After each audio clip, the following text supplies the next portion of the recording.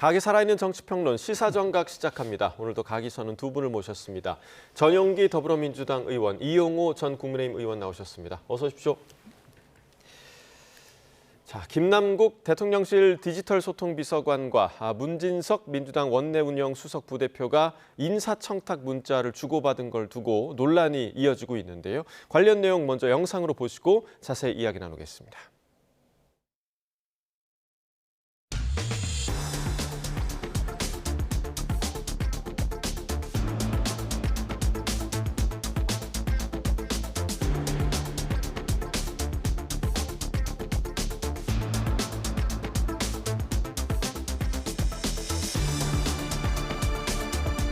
말 그대로 저희 인사권과 관련이 없는 사안으로 저도 알고 있습니다. 김남국 비서관의 주책이죠. 형, 누나 이렇게 자주 부르고. 그래요? 저는 외견으로 봐도 저보다 그렇게 어려 보이지 않기 때문에 누나 하면 어색하거든요.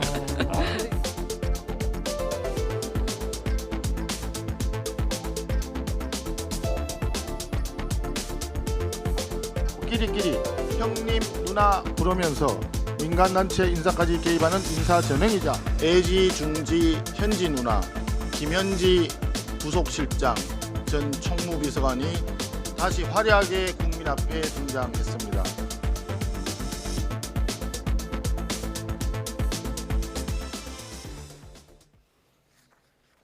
네, 결국 김남국 비서관이 어제 사의를 표명했고 대통령실에서 바로 이제 사표 수리를 했습니다. 이번 사안 좀 어떻게 좀 바라보셨습니까? 실제로 문진석 의원께서도 입이 10개라도 할 말이 없다라고 의견을 밝히신 만큼 부적절한 처신이었다라고 민주당에서도 이해하고 있습니다. 그렇기 때문에 대통령실에서도 즉각적으로 김남국 비서관의 사의를 이렇게 수리하는 것으로 정리가 되었는데요. 실제 인사권이 없는 지점까지 대통령실에서 인사를 할 수는 없는 것은 명백합니다. 그렇기 때문에 해당 내용들이 실제로 청탁까지 이어지지 않을 것으로 보고 있지만 그래도 그 작은 의혹이라도 대통령실에서 명확하게 하고 가야 되기 때문에 사표를 수리하신 것으로 이해를 하고 있고요. 앞으로는 이런 일이 재발하지 않도록 관리하겠다라는 것도 민주당의 입장이라는 말씀 드리겠습니다. 자, 실제로 이제 이 부분이 언급이 됐던 강훈식 비서실장이나 김현지 제1부속실장에게 전달이 된 건 아니다라고 얘기가 나왔고 또 실제로 대통령실에서 이 부분에서 인사 개입을 할 수 없다라고 대통령실은 얘기는 하고는 있지만 그러면 도대체 김남국 비서관이 왜 이런 이야기를 했느냐 이 부분에 좀 의문이 좀 생기는 부분입니다. 지금 대통령 비서실에서 해명하는 것을 믿을 국민이 과연 얼마나 될까 저는 되묻고 싶어요. 지금 이 사안은 김남국 비서관의 주책으로 해서 넘어갈 일이 아니라고 생각해요. 기본적으로 논란의 핵심이 뭐냐? 결국은 인사가 인사의 공정한 시스템에 의해서 이루어지는 것이 아니라 결국은 김현지 부속실장을 통해서 이루어지는 것이다. 인사가 실제로는 김현지 씨가 하고 있는 것이다. 그런 것을 천기누설을 한 겁니다. 그렇기 때문에 이제 결국은 서둘러서 김남국 비서관을 사표를 수리를 했는데요. 이것은 저는 이렇게 넘어갈 일은 아닌 것 같고 알다시피 부속실장이라는 자리는 대통령의 이렇게 일정이나 혹은 수행 이런 일을 하는 것이기 때문에 절대로 거기에 개입할 수가 없는 겁니다. 그렇지만 부속 김현지 지금 실장은 그동안 여러 차례 상당한 중요한 역할을 하는 실세라고 하는 것이 지금 여러분 드러났거든요. 그런 차원에서 지금 주목을 받고 있는 것이고 인사도 김현지 실장이 좌우하는 것으로 지금 자꾸 나타나고 있는데 이런 차원에서 이 부분에 대해서 좀 더 국민들이 납득할 수 있는 그런 조치를 확실히 하고 넘어가야 될 사안이다. 저는 그렇게 보고 있습니다. 아시다시피 대통령께서는 굉장히 철저하신 분입니다.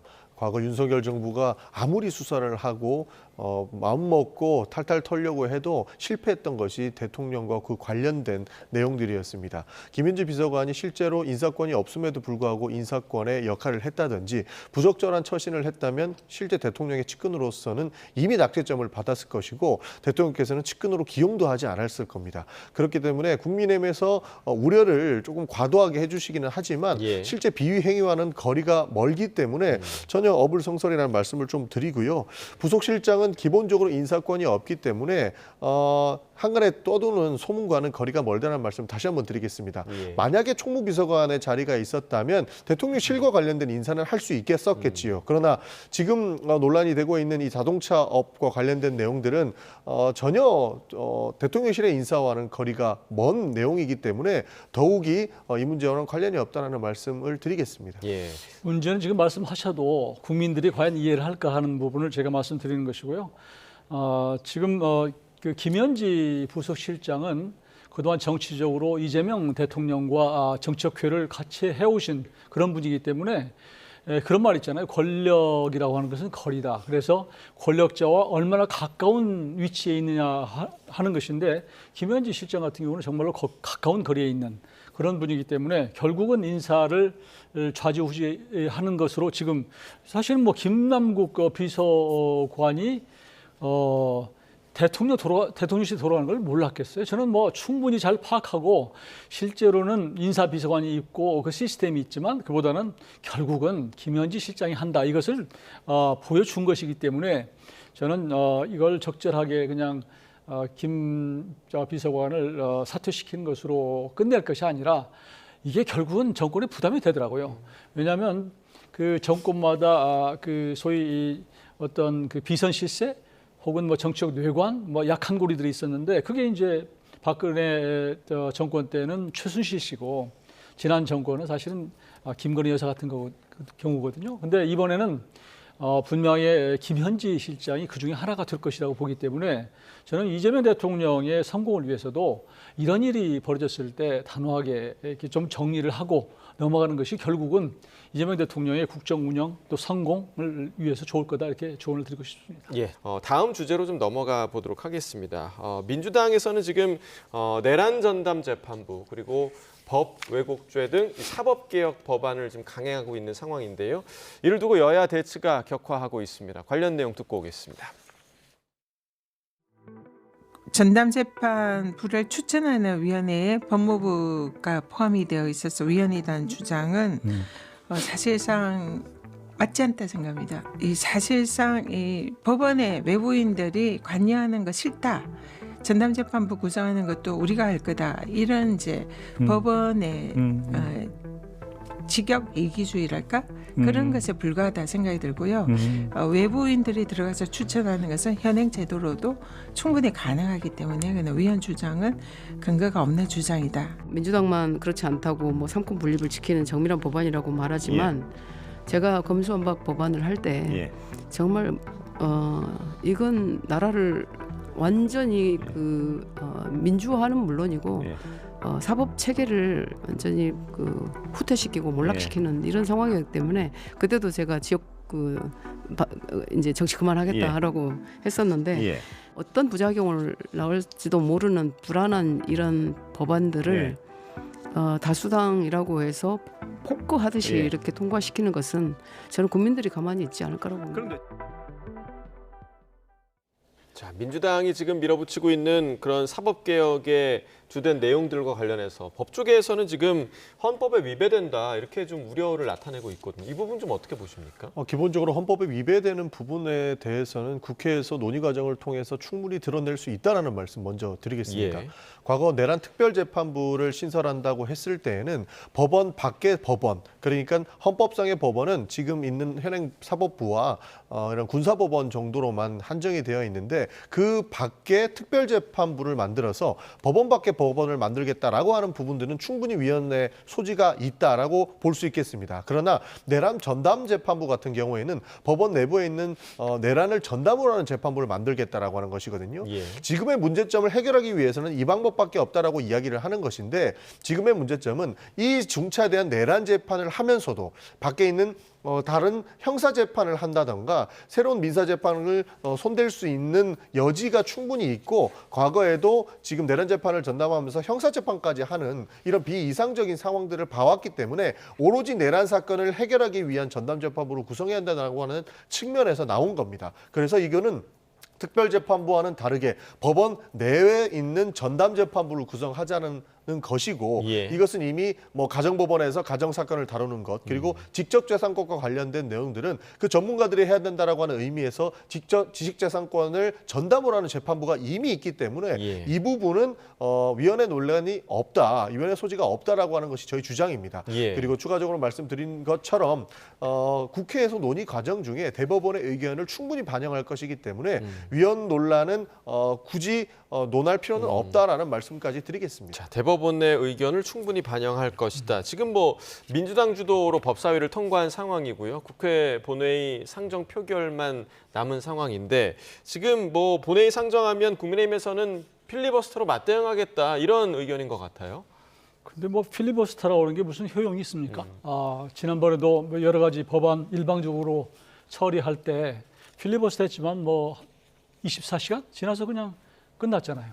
원래 필리버스터라고 하는 것은 거대 그 정당이 정말 무리하게 법안을 통과시킬 때 야당으로 할 수 있는 제도거든요. 그러니까 필리버스터에 올라가면 원래는 그 법안 자체를 처리하지 않는 게 원칙입니다. 예. 미국 같은 경우 그렇게 돼 있고요. 그럼에도 불구하고 굳이 뭐 여러 가지를 해서 필리버스터를 종료시켜서 강행하는 것은 필리버스터 제도의 무력화인 것이고요.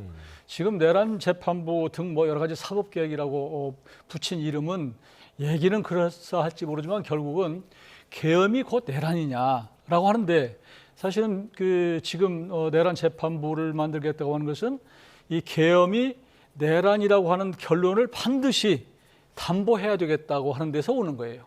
그러니까 지금 그 과정을 민주당에서 제기하는 걸 보면 처음에는 직위원 그 재판 판사 물러날 예. 것을 사퇴를 계속 요구를 했고 안 되니까 또 그 이후에 주기적으로 그 조희대 대법원장을 조롱하고 사퇴 뭐 공방을 하고 여러 가지 하지 않았습니까?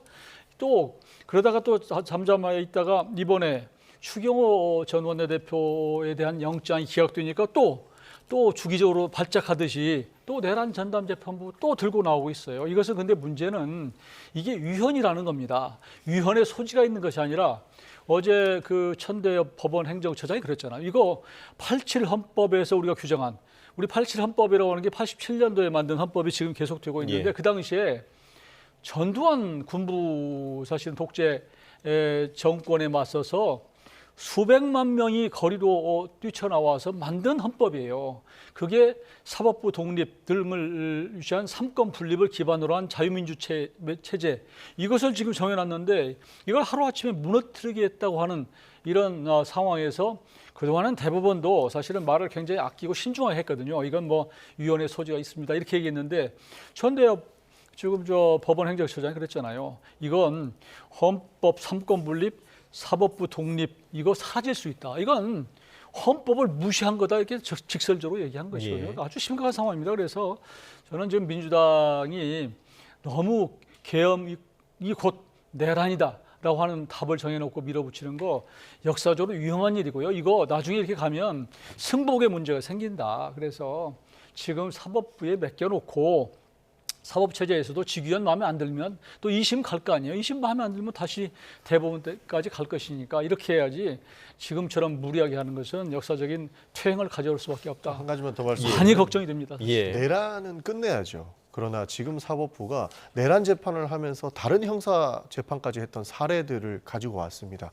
기본적으로 내란을 제대로 단죄할 수 있다라고 하는 그런 국민적 신뢰를 회복할 수 있겠습니까? 기본적으로 대법원에서 이재명 당시 후보의 재판을 뭐 조희대 대법원이 개입을 했다라고 이야기할 때도 문제 삼았던 것이 몇만 페이지나 되는 것을 단 며칠 만에 법원에서 읽어보기라도 했느냐라고 하는 의혹이 제기됐던 예. 겁니다. 지금 이 내란 재판도 수백에서 수천 페이지가 되는 그 사건들이 있을 텐데 다른 형사 재판하면서 그 내란 재판 제대로 들여다볼 수 있겠냐는 겁니다. 그렇기 때문에 내란만을 전담으로 하는 재판부가 있어야 이 재판에 몰두해서 내란을 종식시킬 수 있는 것을 만들어낼 수 있을 텐데 지금 사법부는 그러지 못하고 있다라는 말씀들을 지속적으로 해왔던 것이고요. 예. 실제로 법원에서도 2심부터는 전담 재판부를 검토하겠다라고 밝힌 바도 있습니다. 그렇기 때문에 그 부분을 추진을 하면 된다라는 말씀을 드리는 것이거든요. 그렇기 때문에 실제로 내란을 끝내기 위해서는 이 재판을 빠르고 국민적 신뢰가 높을 수 있게끔 만들어야 된다는 것이고, 지기현 재판부에 대해서 국민적 신뢰가 부족하다라고 이야기를 했을 때 법원에서 자종작용을 가지고 그럼 재판부를 실제로 다시 구성한다든지 여러 가지 자정작용을 할 수 있는 시간이 있었음에도 불구하고 지금 거의 1년 가까운 시간을, 반년이죠. 반년 가까운 시간을 허비하고 있다라고 하는 모순 때문입니다. 그렇기 때문에 꼭 필요한 부분들에서 해야 되는 것이고, 위헌의 소지가 있다라고 하는 부분들은 충분히 수정안 등을 통해서 여야가 함께 처리할 수 있다는 말씀 드리겠습니다. 이게 이제 민주당 내에서 속도 조절론도 좀 일부가 있지 않습니까? 그래서 지금 8일에 당 정책위원 총회에 올려서 이제 토론을 하겠다. 근데 이게 이렇게 토론을 하는 게 좀 이례적이라고 하던데요. 그 이유는 좀 어디에 있습니까? 아닙니다. 문제가 있는 법안이라면 토론을 자주 합니다. 그리고 법안을 올리기 전에 수정안을 제출하기 위해서도 토론을 하기 때문에요. 이례적인 것은 아니다는 말씀드리겠습니다. 과거 공수처법 때도 그때 당시에 국회의원들이, 그러니까 민주당 내부에서도 문제 제기가 있었기 때문에 토론을 하고 그 다음에 만들어낸 그 본회의에 의안을 상정했거든요. 그때도 토론을 통해서 의원총회에서 당론으로 만들어 놓고 본회의에 올렸는데 이탈표가 있어서 그 부분에 대해서 해당 행위의 논란까지 나왔던 기억을 보면 저희는 늘 이런 여러 가지 논란이 있는 법들은 토론을 통해서 해결하고자 했기 때문에 이례적이지 않다라는 말씀 드리겠습니다. 예, 이 의원님. 그 토론을 여야 간에 하세요. 안 들어옵니다, 국민의힘이. 여당 내에서 하지 말고. 그런데 이제 그 내란 재판부를 지금 만들어 봐도 지금 1심 곧 끝난다는 거 아니에요? 지기현 재판부가 곧 끝낸다는 것이고, 다시 내란 재판부 만들어 본들, 그게 기본적으로 판사를 민주당의 구미에 맞는 사람들을 임명한다는 뜻이나 마찬가지인 것이고요. 그래서 그걸 결국은 승복의 문제가 생길 수밖에 없고, 이거 국민들이 얼마나 믿겠습니까? 나중에 권력이 바뀌면 그거 사서 시작할 거예요. 그러니까 이건 기존의 틀에 오히려 민주당이 오히려 손을 떼고 지금 사법부에 맡기는 게 맞다고 생각을 하고, 이 자리에 한 가지 좀 지적하고 싶은 것은 법원 행정처를 폐지하겠다고 자꾸 얘기하는데요. 이 부분이 대부분 국민들이 잘 모를 거예요. 법원 행정처가 뭔지. 이게 행정부로 얘기하면 대통령 비서실 같은 겁니다. 아니면 그 대통령의 정부 같은 거예요. 정부. 그리고 국회로 치면 국회 사무처 같은 거예요. 근데 예를 들면 대통령은 뽑혔는데 정부는 없애버리겠다는 거 똑같은 거예요. 대통령 비서실을 없애자는 거 똑같은 거예요. 이걸 어떻게, 정말로 어떻게 이런 얘기를 할 수 있는지 저는 이해를 못해요. 그러니까 이 부분이 국민들이 지금 생업에 바빠서 또 법원 전문가가 아니기 때문에 그럴지 모르지만, 지금 민주당이 지금 하고자 하는 것들은 이건 법률을 떠나서 상식과 이성에 비춰봐도 안 되는 것들을 지금 하고 있다. 그래서 이게 사실 우리가 어렵게 만드는 삼권 분립의 민주주의가 사실은 훼손되는 건 쉽습니다. 그러나 다시 세우는 것은 매우 어렵기 때문에 정말 저는 충심으로 민주당이 이런 부분에 대해서는 좀 당장 중단하고 저는 하는 게 좋겠다, 그렇게 말씀드립니다. 짧게 한 말씀만 드리면, 법원 행정처를 개혁해야 된다는 이야기는 권력의 집중을 분산시키자는 이야기와 같습니다. 지금은 대법원장이 행정권을 통해서 모든 인사를 할 수 있게끔 되어 있지 않습니까? 그러고 나서도 입법부나 행정부의 견제를 받아야 되는데, 지금 그 법원의 행정 시스템을 이야기하면 삼권 분립 위반한다, 사법부를 겁박하지 마라, 이런 방식으로 한다는 거예요. 만약에 대통령이 대통령실에 인사를 잘못했다고 하면 국회에서 가만히 있습니까? 국회 운영위원회를 열어가지고 그거 문제 있다, 바꿔야 된다라고 이야기하는 것은 삼권 분립의 견제와 균형으로 보지 않습니까? 그러나 사법부는 대법원장이 인사를 다 해놓으면 아무도 건들지를 못해요. 그리고 사법부의 독립을 훼손시키면 안 된다라고 하는 측면으로 오로지 권력의 집중만을 야기하고 있기 때문에 이 부분을 해소시키자라는 것이지, 이것을 마치 정부를 없애자는 식의 비유는 저는 바람직하지 않다고 저는요, 봅니다. 그게 말씀 반박을 한다면, 그 지금 법원의 인사를 외부에서 개입하겠다는 거예요. 그러면 인사권이, 행정부의 인사권은 누구에게 있습니까? 대통령에게 있는 거거든요. 그런데 입법부에서 내무부 장관, 예를 들어서 행안부 장관 누구 추천하는 거 똑같은 거예요. 이거 기구를 만들어서, 그러면 인사권의 박탈인 것이고 침해예요. 이것은 삼권 분립에 위배되는 겁니다. 그렇기 때문에 또 내란 재판부를 예를 들면 행정부 내에다가 어떤 기구를 만들도록 입법부가 압박하는 거예요. 법으로 만들어서. 이거 안 되는 거 아닙니까? 그러니까 그 어디까지나 법원에 사법부에 살 일은 법원 사법부에 맡기는 것이 맞고 대통령이 할 수 있는 행정부의 일은 인사권이든 모든 건 행정부에 살 일이지 왜 입법부에서 나서서 하냐 이거예요. 이게 위헌입니다, 위헌. 이게 대법원장한테 맡기자, 대법원의 행정은 오로지 대법원장이 해야 된다라고 하는 부분에 대해서는 일부 동의하겠지만 아무도 건들 수 없는 권력의 집중을 만들고 있기 때문에 이 부분을 해소시킬 수 있는 방법을 만들어야 된다는 그 거죠. 똑같은 논리로 그러면 행정부도 그러면 우리는 기재부 장관 예를 들면 우리 국회에서 임명하도록 앞으로 추천하겠다 이런 제도 만들면 그게 삼권 분립이 가능합니까? 하나씩 바꿔가면 되지 않겠습니까? 불가능합니다. 그것은 기본적인 헌법의 삼권 분립의 정신에 어긋나기 때문에 그렇게 훼손하기 시작하면 나중에 삼권 분립이라고 하는 민주주의가 이게 형해가 된다. 예. 그런 뜻으로 말씀드리는 저는 바로 잡아가야 된다고 생각합니다. 자, 두 분의 상반된 말씀 여기까지 일단 듣도록 하고요. 마지막으로 짧게 이제 국민의힘 내부 이야기를 좀 하고 마무리를 좀 해보도록 하겠습니다. 12.3 비상계엄 1년 이후에 그러니까 계속해서 지금 국민의힘 내부에서도 다른 목소리들이 조금 나오고 있는데 지금 장동혁 대표의 스탠스를 어떻게 좀 해석을 해야 합니까? 그러니까 지금 장동혁 대표가 되기까지의 그 지지층들을 버리지 못하고 있다라는 비판의 목소리가 계속 나오고 있는데요. 저도 일정 부분 그런 해석에 분석에 동의를 합니다. 제가 듣기는 장동혁 대표가 재선 의원들하고 며칠 전에 만났었을 때는 사과, 반성과 그다음에 혁신 이런 문제에 대해서 대부분 동의를 했다고 그래요. 그래서 그런 메시지가 나올 걸로 기대를 했었는데 결국은 그게 수용이 안 된 그런 상태고요. 그래서 제가 보면 지도부로 봐서는 이제 송호선 원내대표가 그런 사과하고 반성하고 혁신 얘기를 한 것이고 또 장동혁 대표는 이제 나름대로는 이제 강성 지지층을 지지를 받아서 했기 때문에 거기를 무만단 차원에서 그렇게 역할 분담을 한 것 같은데 나름의 역할 분담을 맞는 거라고 생각하세요? 네, 했다고 보는데 문제는 정치라고 하는 게 당내만 보고 하는 게 아니지 않습니까? 지지자만을 보고 하는 게 아니기 때문에 지금 전체 국민들이 볼 때는 적어도 계엄 1년을 계기로 해서 사과하고 반성하고 하는 것은 기본 전제다.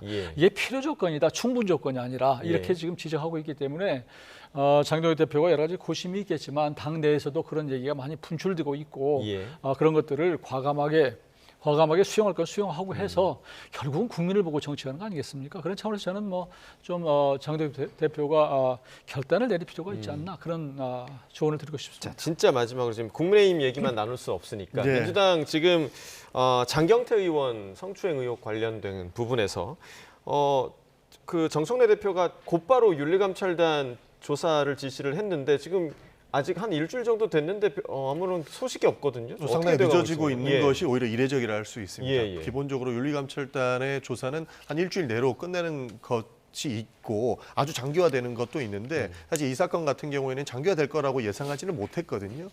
그렇기 때문에 저희가 기대하기로는 이제는 마무리 수준에 들어가지 않을까 하고 추정이 가능하고요. 아마 조만간에 정청래 대표에게 보고할 것으로 저는 보고 있습니다. 그래서 그렇게 오래 걸리지는 않을 것 같고요.